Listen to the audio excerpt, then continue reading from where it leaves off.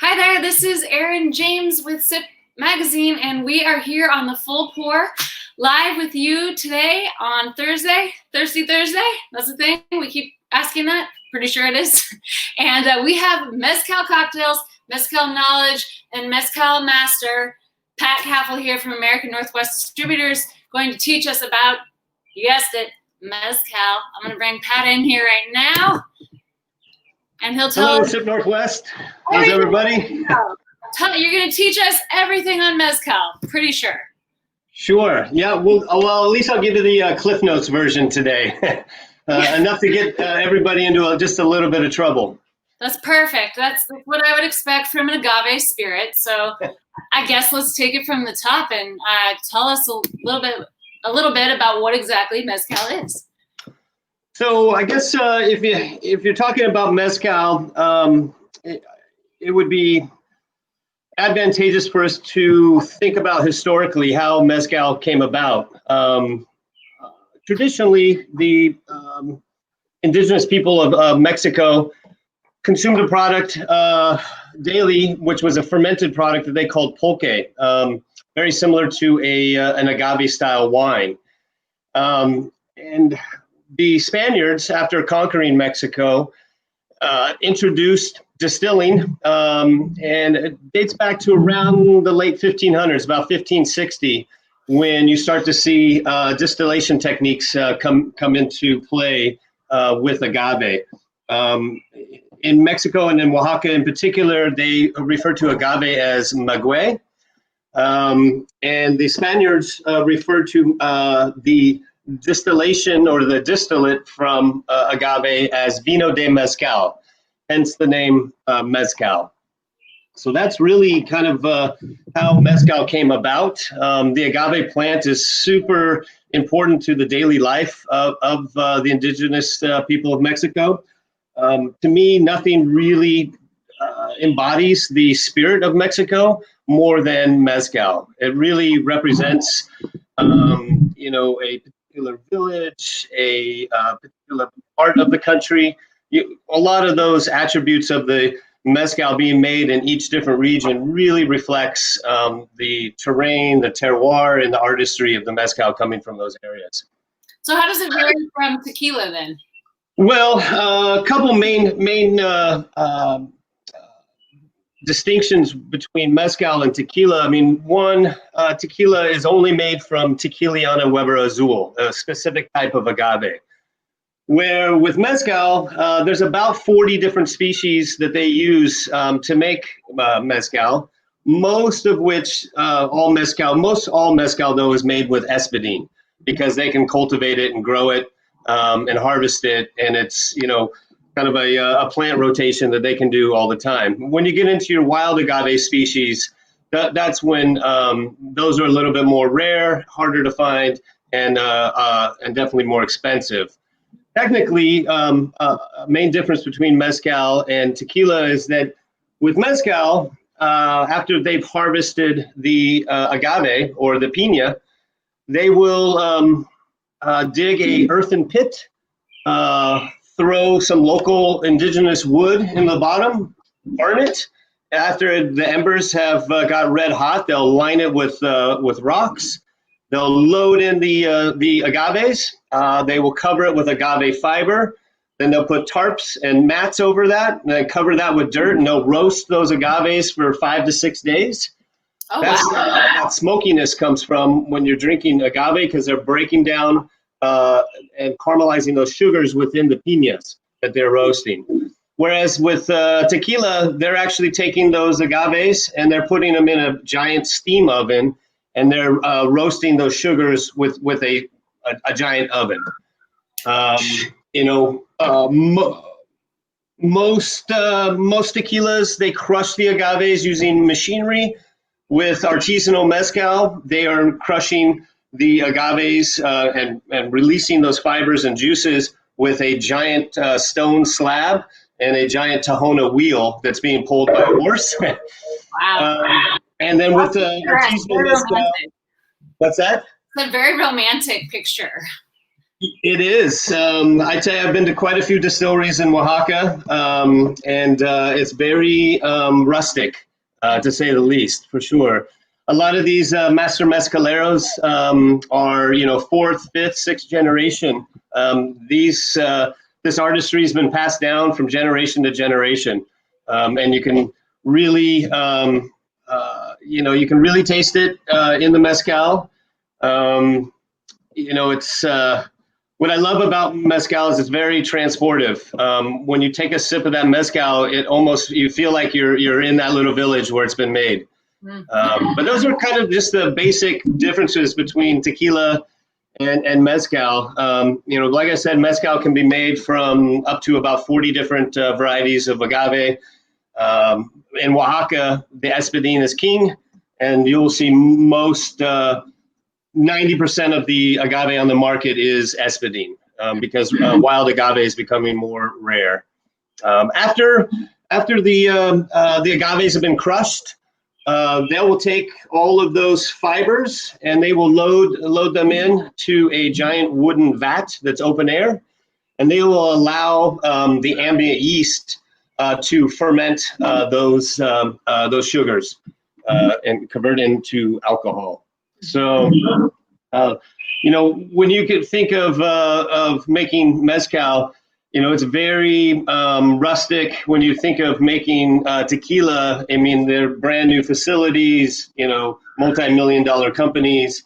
Everything is machine made, and they're introducing proprietary yeast and what have you. So very rustic and very old school. Tequila used to actually be made this way, but with the advent of the industrial era, they have switched to more commercialized production.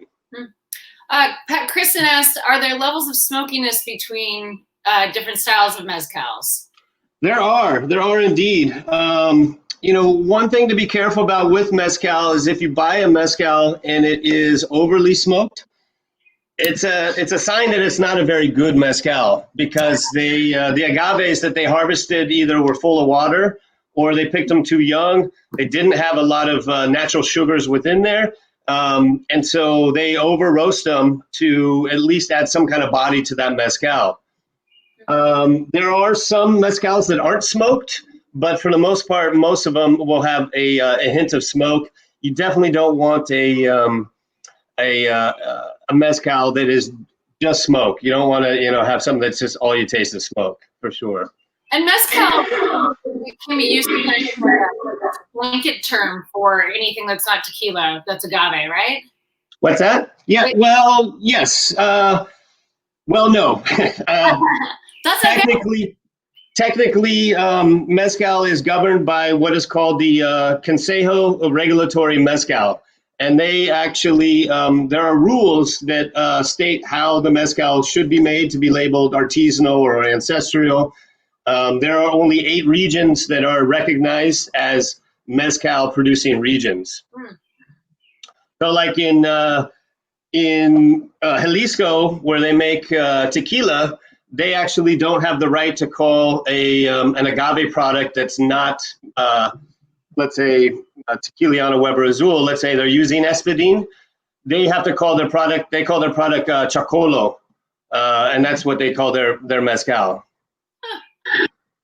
Well, I learned something new. So on the various levels of smokiness, there are various styles within, like reposado, like one of the cocktails you're making today is with the reposado mezcal. Can you touch on that? Yeah, so like on this is a little bit of an unusual style. You also have pechugas, which are more or less celebratory style mezcals that have been infused with herbs, nuts, fruits, and typically some type of protein that's been hung in the neck of the still. And as those vapors go up, those fatty proteins drip back down into the distillate. This one happens to be called an avocado. An avocado means that they have taken, this is avocado reposado, meaning that they've taken a gusano, which is a larvae from butterfly, and that feed on the agaves, And they have taken those. They take a lot of the gusano worms. They actually age it in the barrel with the gusano worms. So that term avocado means infused. They can also use honey and fruit as well. This one just happens to be barrel aged with butterfly larvae or the gusano worms. Like I said, there's also pechugas, which on the third distillation they will add nuts, fruits, herbs, and then also typically hang a protein from the neck to incorporate some of those fatty acids into the distillate. So Zach wants to know the concept of what kind of gross. I mean, you know what? You're not Maybe you haven't tried pechuga yet. Once you try it, you'll find them absolutely delicious. Every village has their own recipe, and it's very indicative of what is growing around them. And they typically consume it at weddings or some type of celebration. So then very educational. We can continue while we make cocktails, but let's make a cocktail. What do you got for us first up? Sure. I guess, well, first off, I wanted to also point out that I brought a couple of other mezcals other than Espadín with me today. This is from a company called Leyenda that was created by a gentleman named Danny Mena, who opened up the first mezcal bar in Mexico City. He now lives in New York and is a restaurateur there. And what is great about the Leyenda line is that they have mezcals from 6 of the 8 producing regions. And so it's a really great opportunity to purchase a mezcal that really depicts the styles of that region and the flavor profiles. Like the one here from San Luis Potosi. This is made from an agave called Salmiana. This agave is actually, since they don't have a ton of firewood or a lot of trees in this area, because it's a kind of a high plains area, they use a clay oven to roast the agaves, and they fire it with the fibers from the agave. And this agave has very little or no smoke to it, but the incredible thing is this mezcal, it tastes like green bell peppers and jalapenos. It's absolutely amazing. Mezcals in particular are mostly designed to consume on their own and not necessarily in cocktails. So although it's great to be able to take mezcal and substitute it to make cocktails, I recommend that if you're buying mezcal and you're going to use it in cocktails, only buy Espadín, because it doesn't make sense to buy a mezcal that is made from a wild agave. You'll lose all of those nuances if you're putting it into a cocktail. So something really important to remember, that Espadín is your friend when you're making cocktails. Also, if you're out there in the market and you want to try different mezcals, there are options for little 200 ml bottles. These are a great way to kind of work your way through some different varietals. Like this is Quiche from Oaxaca, a little area called Yegule, and these guys have, this guy's a 6th generation master mezcalero. Instead of dropping $100 on a bottle of Quiche, you can pick up a small format size. Save you considerable money, and if you decide you like it, you can go back and pick up the larger bottle. So, cocktail time, you guys. Tell you what, let's since it's such a beautiful evening here in the Great Northwest, let's start off with one of my all-time favorites, which is a play on a paloma. Typically, this cocktail uses tequila, and today we are using Oaxaca Espadín. So we'll build my glass here first. Just going to load some ice in here.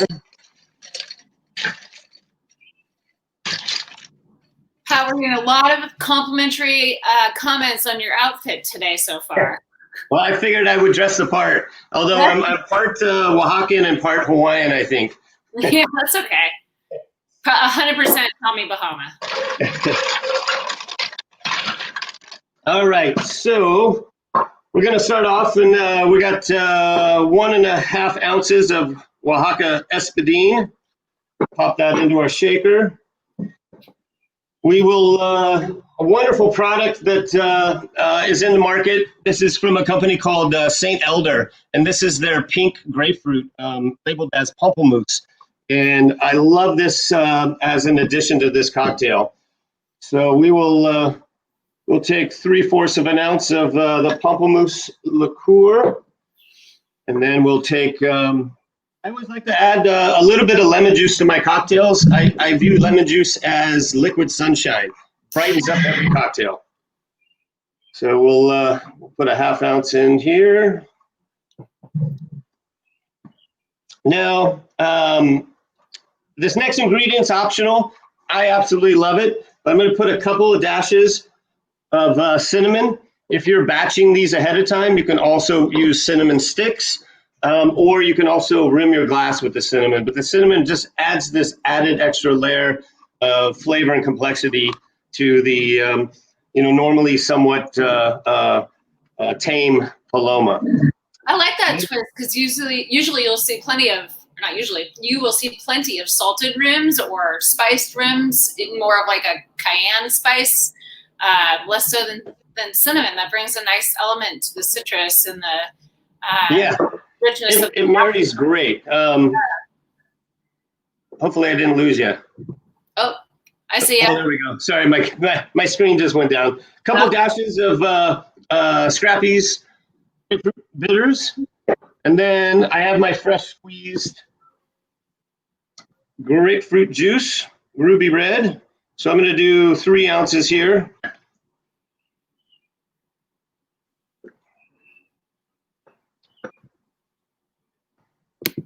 Right.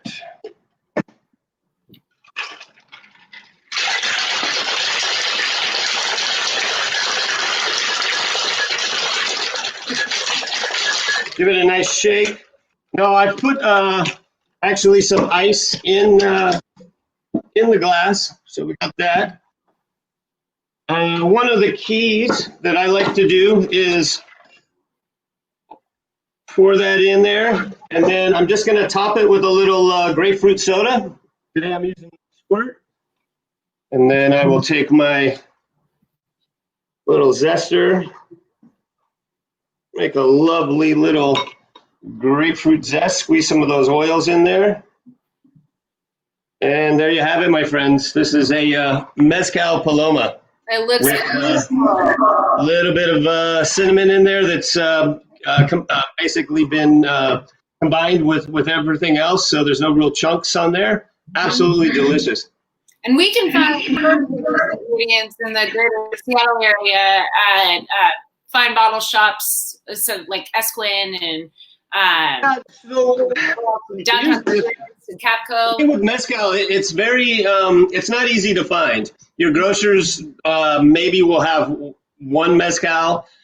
Your large chain stores really don't really cater or stock a lot of Mezcals. I highly recommend visiting your local independent wine and spirit shops, like your Esquin's, Northwest Liquor and Wine, Downtown Spirits, Capco over in West Seattle. They carry all of these, the St. Elders, the Oaxaca. They have a great assortment of mezcals, and they usually have somebody on hand that can, fairly adequately come in and tell you different attributes about these mezcals and really walk you through the purchasing process. And if you're in Portland or in Oregon as well, the Oregon Liquor Control Board has a great search on their website to be able to find spirits. So we've mentioned all the mezcals in our social media for this, so you're able to find them by brand there. But we'll also on our website have all of the brands that were represented today in these cocktails, so you can track them down through that search or track them down through your local bottle shop. Wherever you are, that'll be happy to help you. Yeah, if you're in Oregon, go to the Oregon Liquor Search. It's just called OregonLiquorSearch.com, and it's spectacular. It'll tell you where the store is, how many bottles they have, and you can look up everything by item. It's great. Chris Austin Barton wants to know where you got your shirt. I stole it from your closet. All right, what's next for us for cocktails? All right, so let's switch gears a little bit. This is also a really fun cocktail to make. Let me just move a couple of things. This is a cocktail. I've renamed it Avion de Papel, basically translated to paper plane cocktail in Spanish. Typically, this cocktail uses bourbon, but I found that using the reposado from Oaxaca, the barrel-aged mezcal, adds some of those elements that you get with a barrel-aged bourbon. Great little play on this. Super easy cocktail to make as well. So let's get things going here. Let me just move a couple of items out of the way. Hey Pat, as you're showing us the bottles, bring them into the camera a little bit closer so we can check them out too. Because they have beautiful labels too. Yeah. Can you see those, or is the lighting kind of? No, I can see them. Yeah. Okay. Awesome. All righty. So let's move things here. All right. So I'm going to be using actually a stirring glass today. So we will pop some ice in there. I'm going to use a couple of cubes on this one. I like a couple of cubes. This one also can be served in a coupe glass as well. I like it with a couple of rocks. So we will take, we're going to take 3/4 of an ounce of the Oaxaca reposado. Yeah, we'll put a little more in there just for good measure. So this is from our friends over at Mancino Vermouth Company. They make a product called Reno Mato. This is L'Aperitivo Deciso. So a product that's very similar in style to Aperol. So it's got some of those bitter components, also some of the sweet components there. Absolutely delicious, all natural color as well. That's why I prefer this over Aperol. So we'll do the same amount. We'll do 3/4 of an ounce on this as well. We'll take 3/4 of an ounce of Vecchio del Capo Amaro. That is my favorite Amaro. I have been carrying it at home for, I don't know, probably 3 or 4 years now. Is delicious. Absolutely delicious. Great fresh herbaceousness on that. You really, if they get it really cold, you get some of the mint that really comes through on that as well. Absolutely love it. And then we'll do 3/4 of an ounce here of fresh squeezed lemon juice.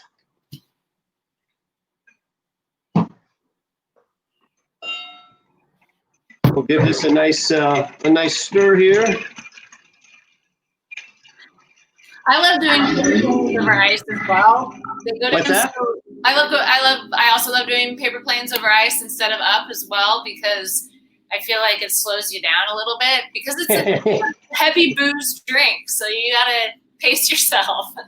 Yeah, if it goes in a coupe, it's down the hatch pretty quick. Yeah, you're like, oh, it's so small, it's such a little amount. It's not. We'll strain that in, and then we'll finish this off with just a nice little, get some of those oils going across. I like to hit the outside on this one.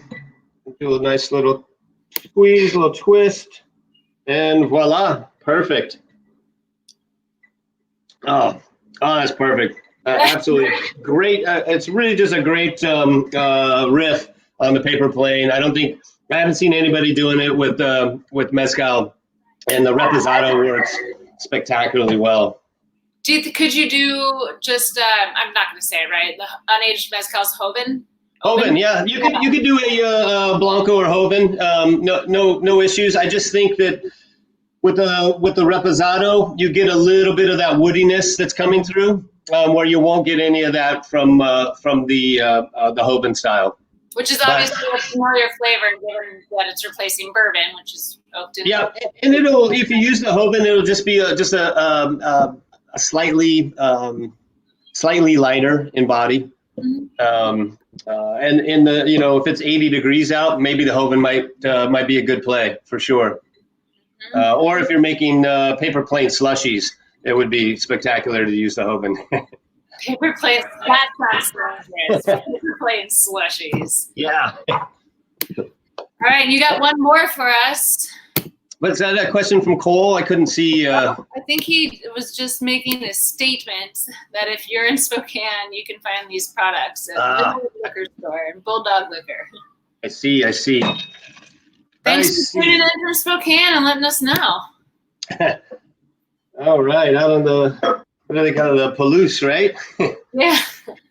All right, so the next cocktail we're going to make here is a blood orange mezcalarita. So basically a play on a margarita using mezcal, and since blood oranges are in season, soon to be out of season, but currently in season, I love the addition of this blood orange. Also using the St. Elder blood orange liqueur, absolutely phenomenal. So just a little touch of lime juice, lemon juice, and some blood orange liqueur and fresh squeezed blood orange juice as well. So we'll throw some ice in there. Things going. Perfect. So we'll take, again, the Oaxaca Espadín. We'll do 1.5 ounces on this one. 3/4 ounce of the blood orange liqueur. Take just a little 1/4 ounce of lemon juice. So just a touch, little liquid sunshine. I like that. That's nice. Are you adding that to most of your cocktails with lemon? Just a little bit of lemon juice? Yeah, a little. I love lemon juice just to brighten everything up. Inherently, lime is somewhat bitter, and you throw in just a touch of. I mean, even if I'm making caipirinhas or whatever, just a little hint of lime juice or lemon juice, it just brightens up the whole cocktail. That's definitely one of my bartender tricks here. So we'll do 1/2 ounce lime juice on there, and then we'll come back. We're going to do 2 ounces of the fresh squeezed blood orange juice, which is absolutely delicious. Give it a nice shake.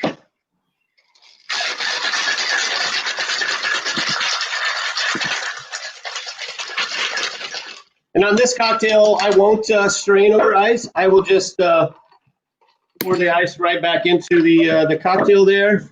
I'll take a little wheel from the blood orange, pop that on top, and there we have it. Super simple, absolutely refreshing. Blood orange is coming through. Some of the smokiness from the mezcal. Just a bright, flavorful, slightly smoky margarita. Oh my God, I'm so jealous that I don't have any blood orange on me right now. I want that. So those are just some really simple, easy drinks to make. Some of my all-time favorites for the summertime. Especially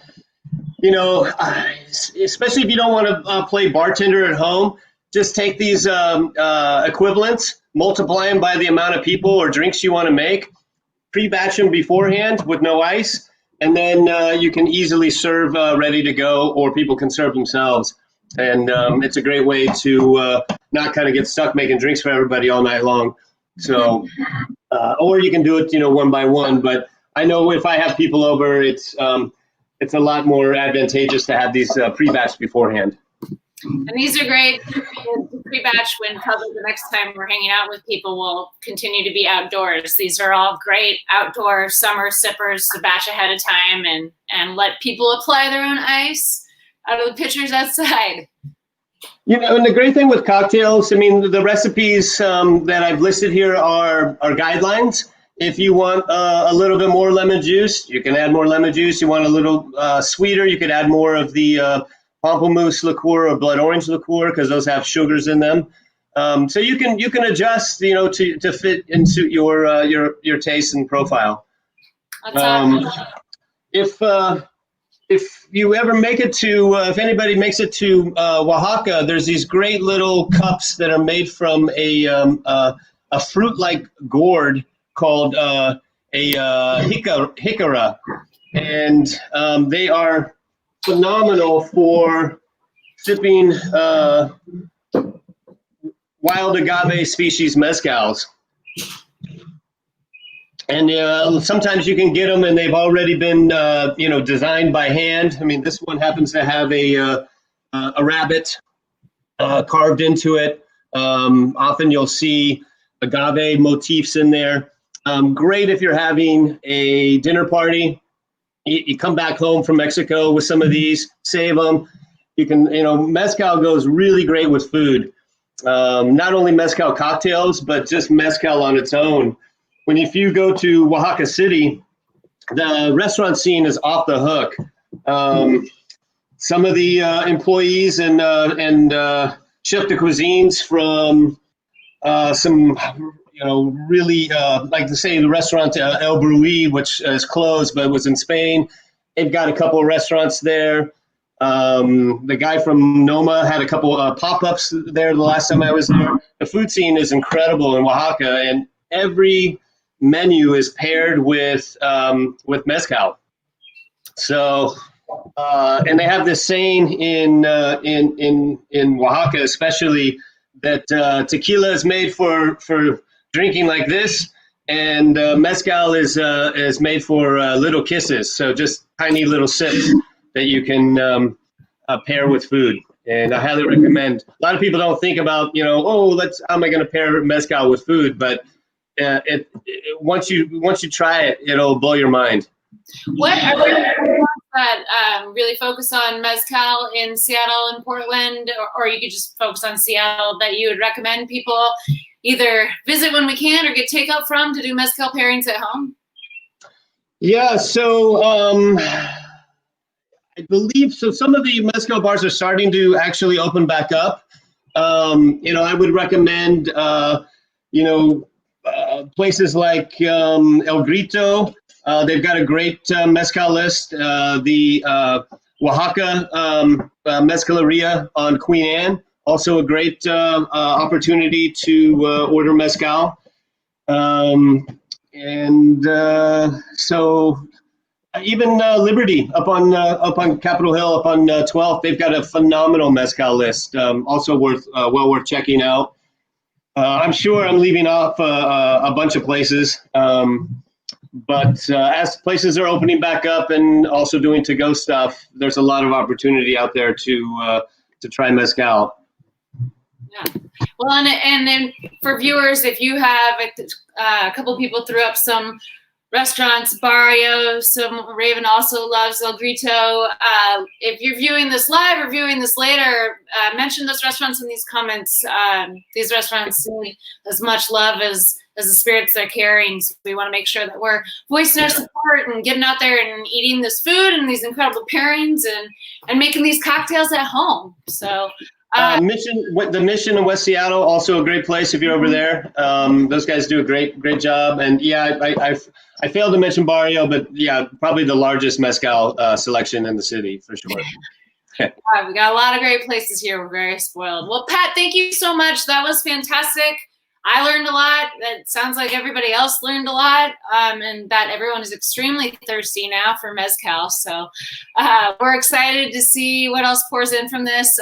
Just so you know, these recipes will be up on our website in about T-minus 5 to 10 minutes, and you'll be able to make them at home. Like Pat said, super easy recipes, only a couple of ingredients, many of which that you can use for multiple cocktails across the board. So I'll also make sure that each of the recipes mention these brands.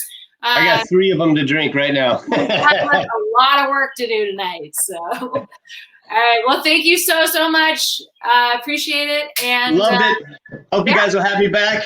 It looked like I didn't break the webcam, so we're good. Yeah, nice work. All right. Thanks so much, Pat. Have a good one. You're welcome. Bye. Bye-bye.